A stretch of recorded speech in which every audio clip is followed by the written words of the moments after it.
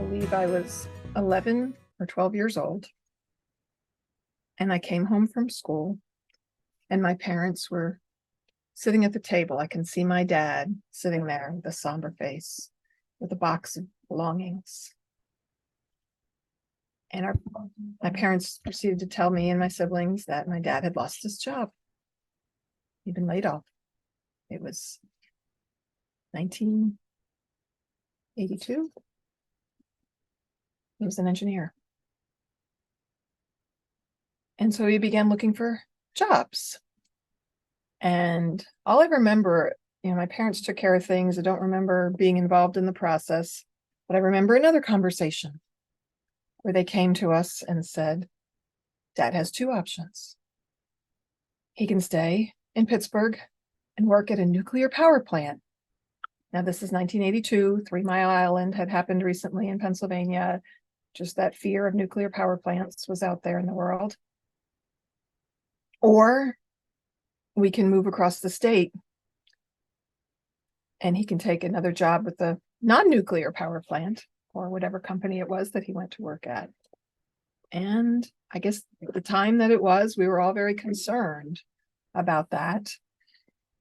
Probably the most resistant was my sister, who had a boyfriend.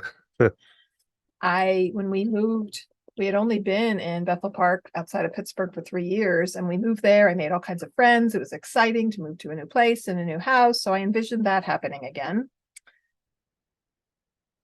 And so that's what happened. And all the times we moved, because I also remember when we moved from Ohio, my parents would go looking at houses. I never remember being involved in that process of looking at houses. I know that they were focused on finding a house in a good school district. That was their focus. And so that, but I don't remember them talking about it much in front of us. That's what I remember most, is finding it in a good school district. I remember when we were moving across Pennsylvania, them talking about the houses a little bit, maybe sharing a bit of information. So this is pre-internet. There was no pictures. It was just describing things and talking about the different areas. And, there was a house at one point they looked at that didn't have a dishwasher, but it had a pool. And we had lived without a dishwasher. And we're like, no, we'd rather have a dishwasher than a pool. And those kind of conversations I remember having in the times that we moved. And we moved, and it was culture shock, and it wasn't as exciting as when I moved when I was younger.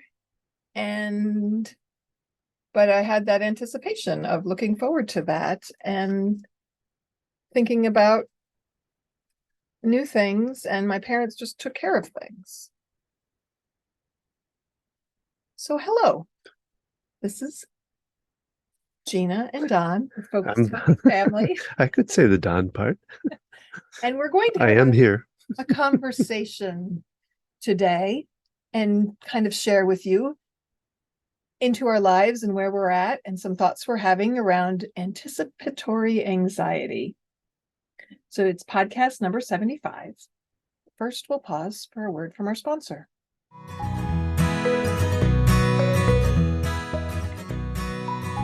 Our sponsor is Q Sciences.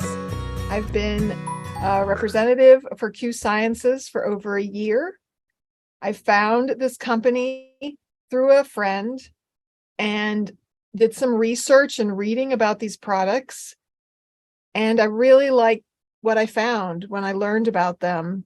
The research and time that they've put into the quality of these products to be better absorbed into the body. Things like the vitamin D spray. Our youngest was on a capsule vitamin D, and yet vitamin D levels remained the same with follow-up checkups. And with the spray, it increased. Pretty strong. Almost double. Yeah. And I mean, we're talking her levels were maybe 20, and I want to say they went up to 47 or something around that range. And the sleep spray is another great one. It's got melatonin, 5-HTP, and I believe another herbal supplement in there. And because it's a spray, you spray it on your tongue, it gets absorbed more quickly into your body to be more effective. to help you in the moment. We're using the B12 spray. We've used the vitamin C spray. They have a Q Max product, which is a multivitamin. And they also have the CBD, different, a variety of different, It's full spectrum full hemp spectrum, yes. oils. They even have a THC free version. It comes in different flavors. There is a mushroom oh yeah. armor. It's called Q Armor. It's a powder, and I get the chai flavor. Put it in my chai tea for a double chai drink. So instead of, as they say, flushing your supplements down, well, the toilet or the drain, you want to get something like this that's fully absorbed. It's like flushing money down the toilet too, if you're not using a supplement that absorbs well and does well for your body. So that's what Q Science is really about. It's a good, well absorbed, high nutrient product. They have multiple products. They have child specific products. They now also have some facial cream products. I've been using a night cream to minimize the effects of sunlight and stress and aging on my skin. And they have a hemp lotion. That's also a wonderful product that we've tried. So check us out, learn more. You can find the link at our website, www.focusedhealthyfamily.com.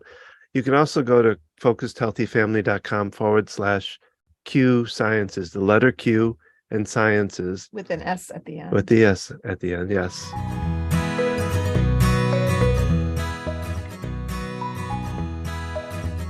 And we're back. And we're back. And Don's a little thrown off because I threw at him at the last minute, like I like to do with my spontaneity. I have this new idea of what we could do today. And you were like, what's the title? What's the title? I'm thinking about it. I'm creating it as I was getting ready this morning. This was all resolving in my head. And I know that stresses you out. Yeah. And then isn't like we have a little bit of stress going on and other anticipatory things that are going on in our life with moving. I found it interesting when you said that about the house and the one that had the pool versus the one that had the dishwasher. I think that's one area we're kind of alike in a way. You know, it kind of goes back to like, well, even going back to the watch and the CD player. Oh. You know, we don't go for the. Tell that story on a podcast. Well, you know, we don't necessarily. We look at things differently, Practical. like practical. Yeah, there's a good that was the word I was looking for. Because even now, in looking at houses, you know, I tend to look past the cosmetic things, if they didn't clean or something, and I look at structure, and I look at, you know, what the septic system, if it's in good septic, you know, which we're not doing. I get it, but I'm just saying, you know, we now look at the structural stuff, and you know, so it just found that interesting that you all voted for the dishwasher versus the pool. Well, it had been that we're without a dishwasher, and my sister and I had to wash the dishes. Yeah. That was our chore after dinner. And I can't remember exactly if a dishwasher had broken or we just lived without one for a while. I can't remember the specifics, but because we love the idea of a pool. I think my parents were. I would think. I don't know that my parents wanted the upkeep of a pool. I guess they probably said that knowing we would prefer the dishwasher. Yeah. Because I can't imagine they wanted the upkeep of a pool yet. Yeah, as teenagers or young kids, you'd think the idea of a pool would be so cool, you know, and it probably was, but the idea of washing dishes. At night. And we still, my sister and I did the pots and pans because she always washed and I always dried. And it was just, she was my older sister and I didn't have a say. And I don't know if I ever asked to be the washer. Well, now I get excited. I get to wash and you get to dry. And I don't like drying because I think that's what I had to do as a kid, even though my sister would always, it was really her and I by the time I was old enough to do that kind of thing, it was her and I mostly because my brothers had either gotten married or off, you know, anyway. And so, but she would always make it fun. She would add play a game or do a song with it or something like that. So she'd make it fun, but I had to dry every time She too. was And 5 years older than you, so there was a little bit yeah, slightly different dynamic. My sister and I are 3 years apart, and she was the oldest in the family, unlike your sister. so we're kind of talking today about anticipatory anxiety. So that came up to me. I was listening to Kathy and Todd from Zen Parenting Radio. Shout out to them and their awesome topics and community. Check them out. And between that and another podcast I heard with them recently, where they were talking with Hunter Clark Fields from Mindful Mama Mentor, and talking about kids and sharing and being open with kids, and the idea of, like, my parents and that generation, they just took care of things and they did things and they didn't include us as like decision making. And we've raised our kids differently in that they've all been involved almost to the point of too much, right?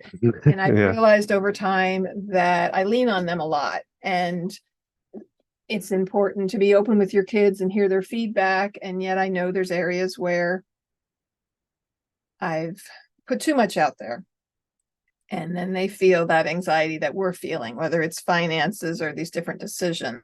And so it's something I'm actively working on and being more tuned into. And we have hypervigilant children.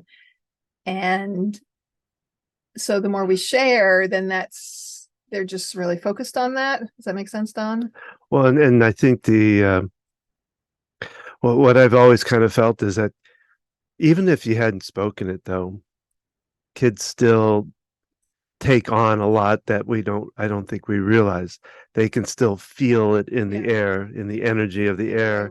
The wording is, to me, is just amplifying it more for them. But I think they're going to take it on either way in some fashion or form, just out of the energy that's in the house.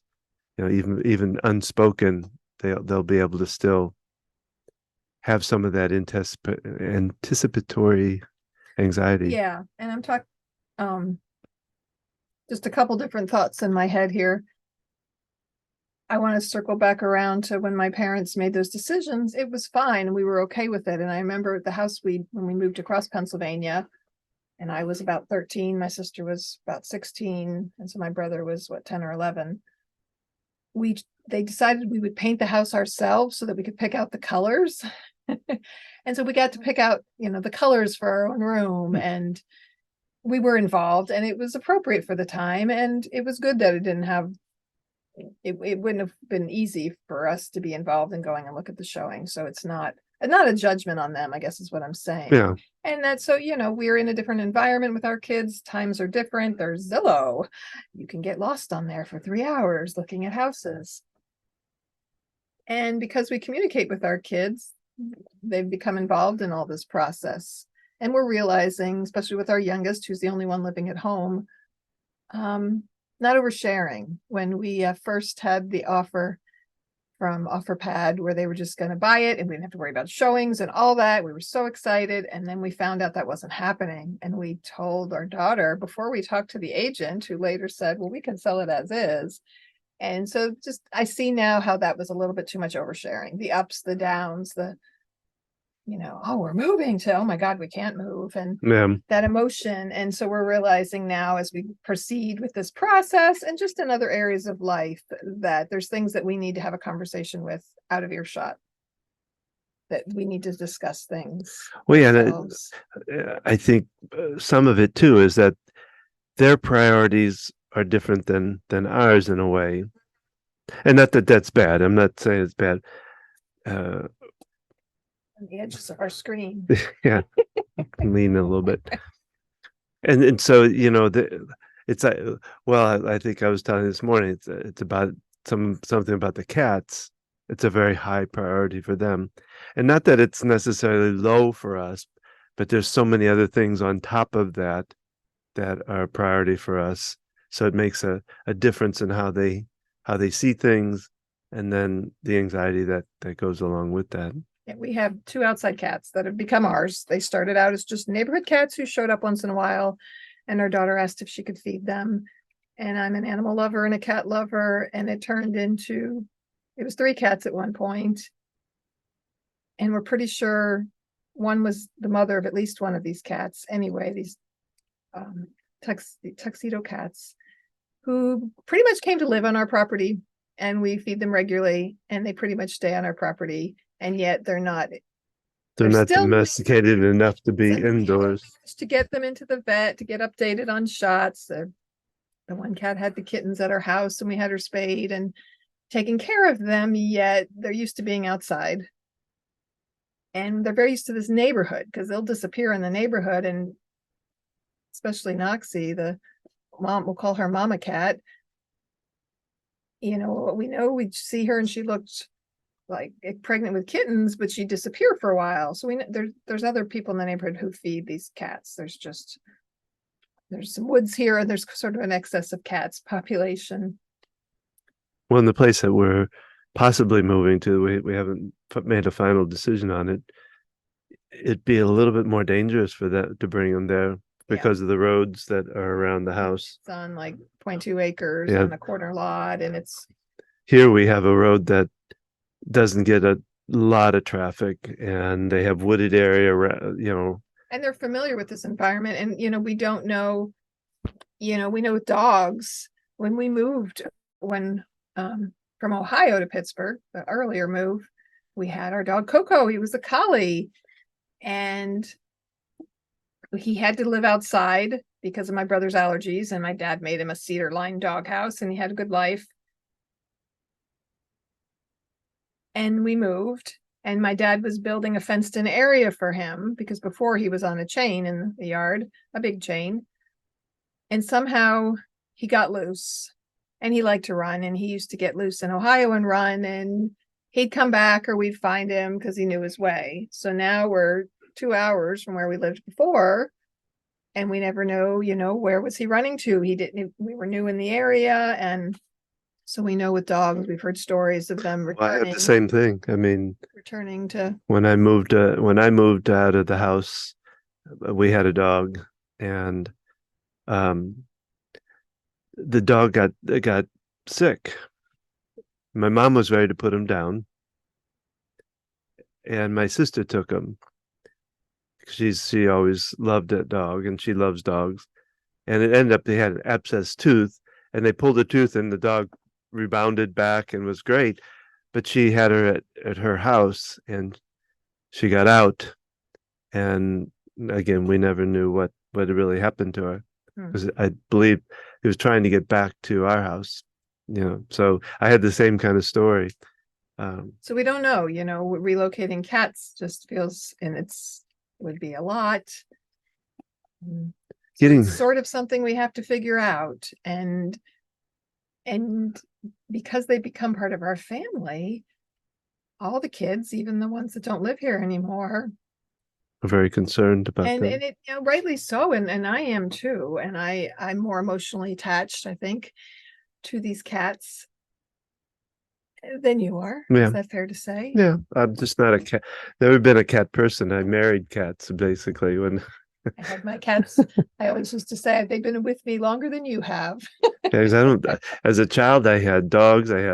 We had parakeets, rabbits. We had all kinds of different animals, but cats were not one of them. There was just not. So yeah, and so I was thinking about, before I kind of forget, about when we talk about anticipatory anxiety, I was thinking about the fun side of it in a way. I don't know if that's okay, but I think about Christmas.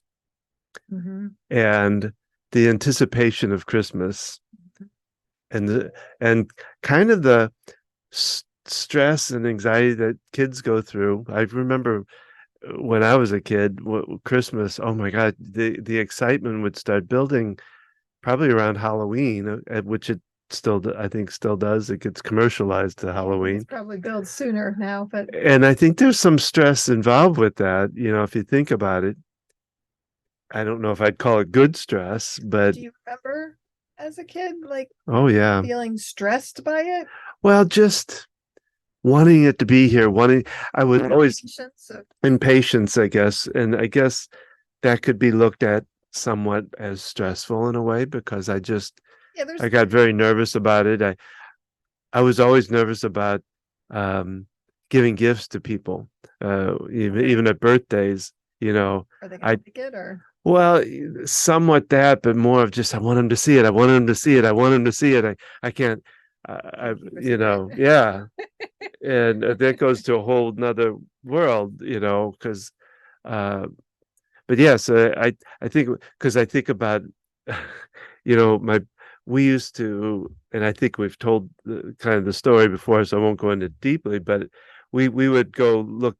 Our Christmas was Christmas Eve, and we'd go looking at lights, Santa came. waiting, Their yeah, house. waiting, getting out of the house so Santa could come on Christmas Eve.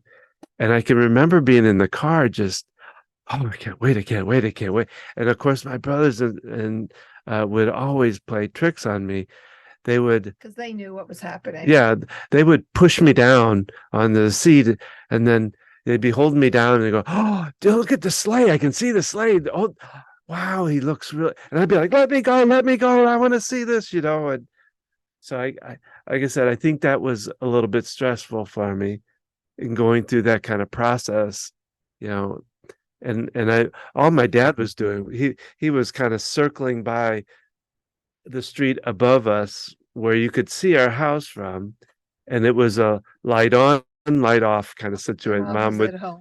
Mom would stay home and signal him that everything was good to go, you know. So yeah, so I guess I look at that as a fun kind of thing that there is some stress involved with. So stress can be positive and negative as a way of looking at it. So, So change and new things that we're looking forward to can still cause anxiety, mhm, as well as difficult things, difficult decisions.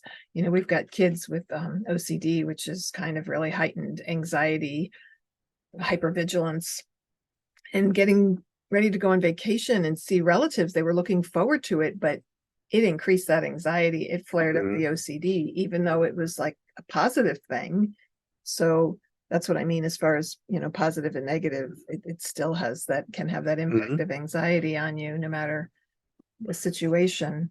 Well, even once they got there, being the OCD, they were nervous about it going off, and what might Anxiousness happen, with OCD, and we've seen in our children, they're aware that their compulsions and obsessions are not rational and don't make sense. And yet, the brain is so wired that it's hard to resist it. So they're really self-conscious about it. And that adds sort of a whole nother level of anxiety. Well, in thinking about this anxiety, anticipating this anxiety, I think about my dad and his illness. He, about a year before he passed away, he started getting sick and having to go to the doctor and do a lot of different tests and stuff. And that they anticipate, because we knew it was heart related, and I guess now I can really be really in touch with that, having gone through a lot of the stuff that he went through, in a way that there was a lot of nervousness around, is he going to be okay, is what when if is something going to happen, and then he went into the hospital, left left the house saying, I don't think I'm going to be coming back. Oh, wow. Hmm. And he didn't say that to me. I found that out afterwards, but I, again, with the whole idea that a child, a person can feel the energy and read it. I think there was a lot that I read into that, him leaving, that had that same thought. Well, And you were 17 yeah, and you had the experience when you were 2 or 3. No, of losing my 3. sister. Yeah. Your sister went to the hospital. She was sick and she never came home. Yeah. And so the same thing happened with my dad. And so now thinking about it, that's probably why I was so nervous with the open heart surgery that I went through after my heart attack, years later, of that whole thing of going to and not coming back from that. So anyway, I was just thinking about other ways of this. It's that not knowing. Yeah, It's the that unknown. not knowing what's going to happen. As we're looking at selling our house and figuring out where we're moving, it's that up and down. because our daughter doesn't go to school, she's off doing things. Even if she was, it's been summertime, and being involved with it and all that up and down of not knowing. And so it's, at what point are we putting too much of a burden on them?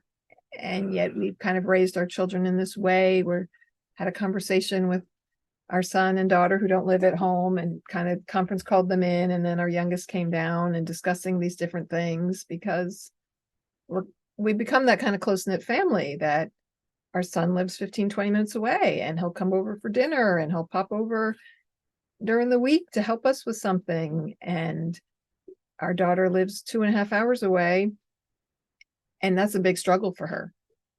Being on her own, she enjoys in her job, yet she, as we were looking at moving, she wished we were just a little closer and being able to come home easier. And, we take these things into consideration because, we are a family that likes to spend time together and values time with each other. And yet the way the world is, with, our daughter working for her aunt who lives 3 hours from us, and our son moving up in management in his job, not knowing where he's going to be.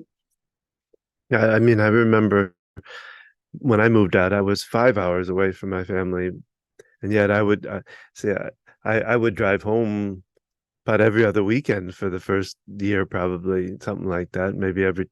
Wow, just for you'd only have Friday, Saturday, and Sunday. Well, I had my own schedule, so I could flex, and I would take long weekends like Friday to Monday. Okay. I shouldn't say every other weekend, but I did it probably at least once a month, maybe even twice a month. And that's a long drive, 5 hours. Yeah. So I can kind of get her feelings, so she doesn't like driving as much as like I did, I think, back then. You like driving? Yeah. Were you traveling at that point? I drove with sales. Drove constantly. Which gave you that flexibility that you didn't really work in an office. You were either out or doing things from your house. Oh, I had my sales routes I would go on, but they were like week at a time, around. I'd do Louisiana, down to New Orleans, to Shreveport, back, and then I'd do like Alabama, and so I distracted him. Yes, we have you this did. Little paper that reminds us when we're saying, or Is that what I've been? Was it the knows? I realized why I was pointing. Well, I thought when you did it, I figured it was the knows versus the because you're the queen, I'm the king. You see, I just did it there, but that's part of this thing. This is how, this is our natural conversation. We throw those things in. We try to stop, but I don't think there's anything necessarily wrong with it. So we're improving our speaking ability with this podcast that we've now been doing 1.5 years, right? Yeah. And we've gone to YouTube recently. So before it was just audio. So I guess what I'd like to just talk about is, how have we handled it? How are some of the ways that we can help this anxiety? What can we do to help our kids through it, help ourselves through it? Well, like I talked about, realizing, not oversharing. It's like we were so eager when we thought we had a contract on the house, and you're like, let's wait till it's signed to tell the kids. Yeah. They don't need to be going through the up and down of things. And with our youngest, because she lives at home, it's, realizing, okay, there's certain things we need to have a conversation with on our own with. And just recognizing that I've kind of over-involved them a little too much and sharing too much. And it's not ever, you can't change, oh, we've done that, we've screwed them up, we've made this mistake. It's like, okay, how can I improve? And I hope that's something that my kids see in me, and well, they'll learn from it too. Action that I am not afraid to say I'm sorry to them, to apologize, to let them know my mistakes, and to change course and correct and do things in a new way. Well, that flexibility, that ability to grow and change, we talk about our kids learn most through our example, even when from what we're doing, even when we don't want them to be.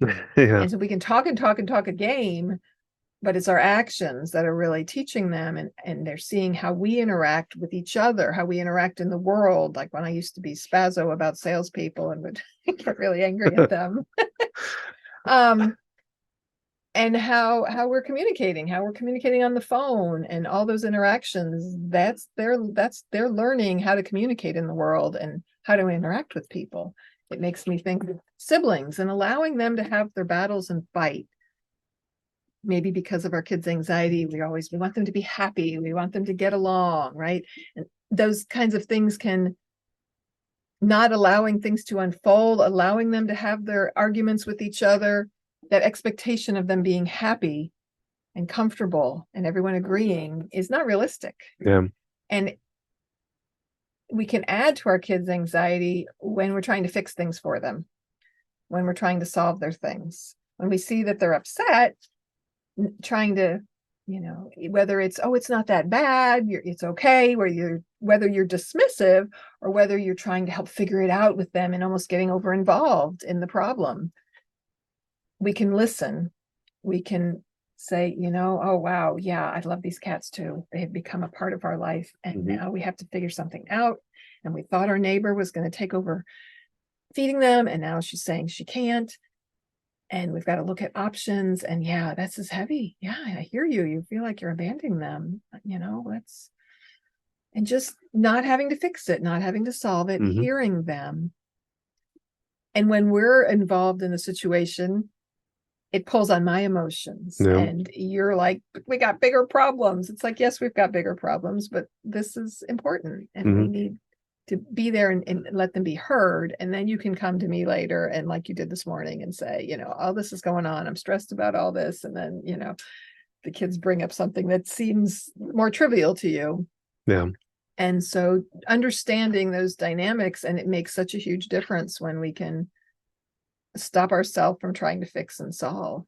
So it sounds to me, it's kind of a fine line between, I think it's important to communicate with them, to be open about things, but it's finding that stopping point, or that line to where you don't overdo it. So it's kind of an important to do, to be upfront with them and communicate with them about things. But yet you want to find what's the place where you don't want to go too overboard with it. Yeah. And I know I listened to another, I think it was the Zen Parenting podcast with Todd and Kathy, when they talked to Hunter Clark Fields with Mindful Mama Mentor, two of my favorite podcasts, about burdening our kids, sharing our problems and our grief, where they feel like they've got to take care of us, where they feel responsible to help us. I mean, our son has some of that. I always get these, I have to go through the ages. Like, he was 2, Abby was 9, he was 13 when Don had a massive heart attack, went into full cardiac arrest in our house, almost. That was fun. Left, he was blue in the face, and we didn't know if he was going to live. So he was 13, and he took on, kind of the man of the house, so to speak, in a way that we had family members come who were, being responsible, taking them to where they needed to be, making sure they were fed, laundry and things. And the emotional support was coming more from each other, a few close people that, it was just a lot to take on. And because I would be gone, I would get up 4 or 5 in the morning because I wasn't sleeping, and go to the hospital, but come home before bedtime because I was still nursing our youngest, and wanted to maintain that aspect, but I really wasn't around very much. I would talk to them on the phone, though. They would call me. We'd have great conversations. In some ways, I felt like I was a better parent, because when I was with them, I was really connecting, and I was there for them, and I was listening. I remember our middle child was really flaring with her OCD. And I remember going in the hallway of the hospital that was an empty area they were remodeling, and she was having trouble getting something for herself to help calm herself. And I had to talk her through it. And I did all these things from a distance over the phone. I'm losing my train. But the point is, What is the point? I was not, hadn't found that point myself, but that Okay, was so- gonna let you just go on. Have our kids feeling responsible for taking care of us. Yeah. So I was talking about how our son, and he's always been very, he's seen the struggle financially, and now that he's 25, he wants to help us. He's always giving us advice, but he was doing that when he was younger too. He Yeah, was just yeah. kind of that big brother mothering figure. But realizing, what areas am I expecting them to support me and to be my emotional support system? Because that's not good, right? That can have negative effects on the kids. And have I done that in the past? Yeah, I'm sure I can think of ways I have. And okay, how can I do that differently? What changes can I make? And then there's the other side where, you're the parent, they're the kids, and you're not sharing that information. We like to talk about, if parents have a fight and they go off and then they come back. I remember as a kid, like, I know my parents talked and worked it out, but as a kid, I didn't know that. I'd be like, oh my God, they're getting divorced. Yeah. It was the 80s and everyone's getting divorced. And that the kids to be able to see you resolve an argument, not that you have to discuss big, important things in front of them, but to see that process and to be involved in that process and to have a voice and to feel heard and part of the family. So, there's kind of two extremes of things, of overly dependent on your children, expecting them to be your emotional support. I can think of movies, Pretty in Pink pops in my head, and her mom just leaves them. And so the father, I want to say, he drinks and he can't keep a job. And so she's got to work and she's got to take care of her dad, and take care of things. And she has to step up and do all that. And I can't think of an instant example for the other extreme. Good Will Hunting pops in, not Good Will Hunting? No. The one where he stands on the chair and says, Carpe Diem. Oh, Dead Poet Society. So that's from the 50s, 60s, where parents, told the kids that they did as they were told, and they expected them to be a doctor, and they had to because that's what they expected, and sort of, that's sort of an extreme version. But finding a balance. Mm-hmm. And realizing the anxiety involved. The anxiety involved when I was a kid and not knowing, when my parents would yell at each other and disappear, and wondering in my room what was happening. Are they getting divorced? And then, okay, we're back, things seem like normal. And yet the anxiety when you're more involved with your kids and they're really involved in things, that added anxiety. Like when we shared with our daughter that, oh, okay, now, they're not going to buy our house. And so we went from moving to, oh no, we can't move at all. And just. So it's knowing that line, that what your kids are kind of capable of handling. And all kids are differently. Yeah. All kids can process things differently. And at different ages, different things are appropriate to share. And realizing, like, you made it a point about the cats were really important to the kids, and not diminishing things that are of value to them. Yeah. Because we have different priorities. We have different things on our mind with other responsibilities we have. And that doesn't mean that, well, we've got all this going on and we got to get out of debt and we got to think about all this cleaning up stuff. And you're worried about outside cats, diminishing their feelings when in their world, especially young children and even whatever teenagers, what they're dealing with is their world. Yeah. And to allow them to share those griefs, not trying to fix it and solve it for them. That's a big thing that I have learned, that I realized I would try to do with their anxiety and wanting to make it better and wanting everyone to get along. That's kind of in my personality. My mom called me the peacemaker.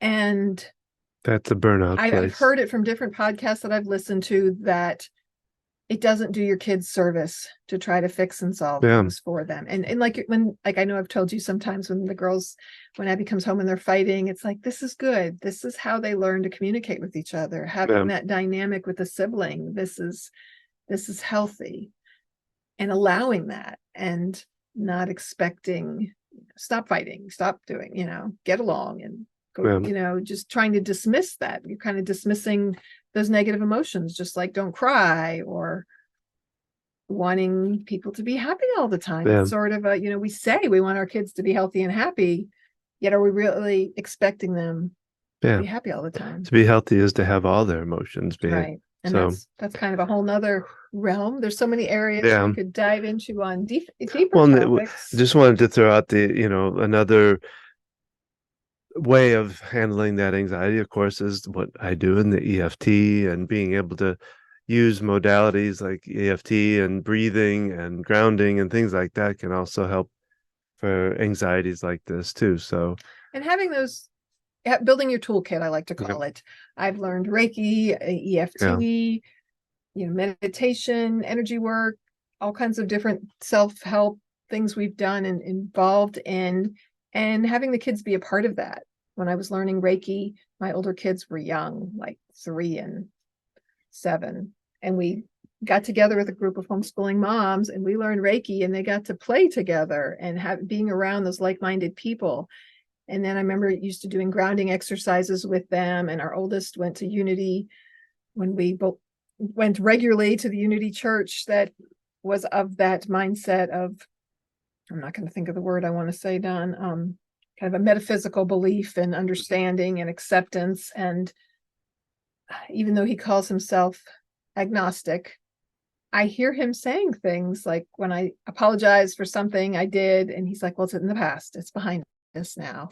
And I know that had that effect on him, and that being able to use those skills and those coping strategies when they see us using it and it working, even though our kids can be resistant to tapping, it doesn't work for me. Yeah. So it's building that toolkit and having those things available. And even if your kid's not going to do it, doing it for yourself. And you've talked about surrogate tapping, and we can check out more if you're interested in that, and having another podcast more on EFT. But there's lots of information on the website to find out more about that, where you're literally tapping for someone else. Well, just to kind of wrap up, I guess, is that what we're talking about is the anxiety, anticipatory anxiety, and allowing your kids to be part of your life and communicating with them, and just watching the boundaries of that, where you take it, so that you're not putting more responsibility and more anxiety on them by laying out your stuff on them. So we're talking about that, and how and handling it is being able to allow them to communicate, allow them to, and recognizing the anxieties, recognizing, okay, this might be stressful for them. Okay, they're telling me this and I'm getting frustrated, and okay, I'm going to step back, okay, this is, even if you mess up the first time and you don't listen and really hear them with their feelings, it's like, okay, that's where they're at. Okay, I can realize that that's important to them, and I don't have to put my stuff on them. I don't have to talk down to them that, you're worried about little silly things. We got bigger, important things to deal with. And then giving them the tools, to be able to handle the anxiety, like the EFT, the Reiki, the different things that they can do by showing it by example. Well, I was going to say, you have to take care of yourself before you can take care of your kids. So it's not like, oh, you need to do this now. It's, how are you living your life? Are you taking care of yourself? Are you handling your own anxiety? And you can encourage them, you can give them the resources and support, but not expect them to do it. They've got their own process that they've got to go through. So lots of different thoughts here today. Hope you enjoyed joining in this conversation as we've talked about many different things. Yeah, and that's our podcast for today, and we hope you've enjoyed it. We would love to hear from you. Comments, tell us topics you'd like to hear, maybe around parenting, around families. And you can learn more about us if you liked what you've heard by going to our website. You can find our blog. You can find information about our programs, links to tapping resources and other things we've talked about today. We have our Tuesday tips. We do every Tuesday. We do a short podcast, but we also email them out, effective tips for parenting, and also our workshops. We're hoping to come up with one pretty soon here. And you can find it all out by going to focusedhealthyfamily.com. That's focus with an ED, healthyfamily.com. You can check out our Facebook at Focused Healthy Family, and our Instagram at Gina at Focused Healthy Gina Focused healthy. I got to get that one right.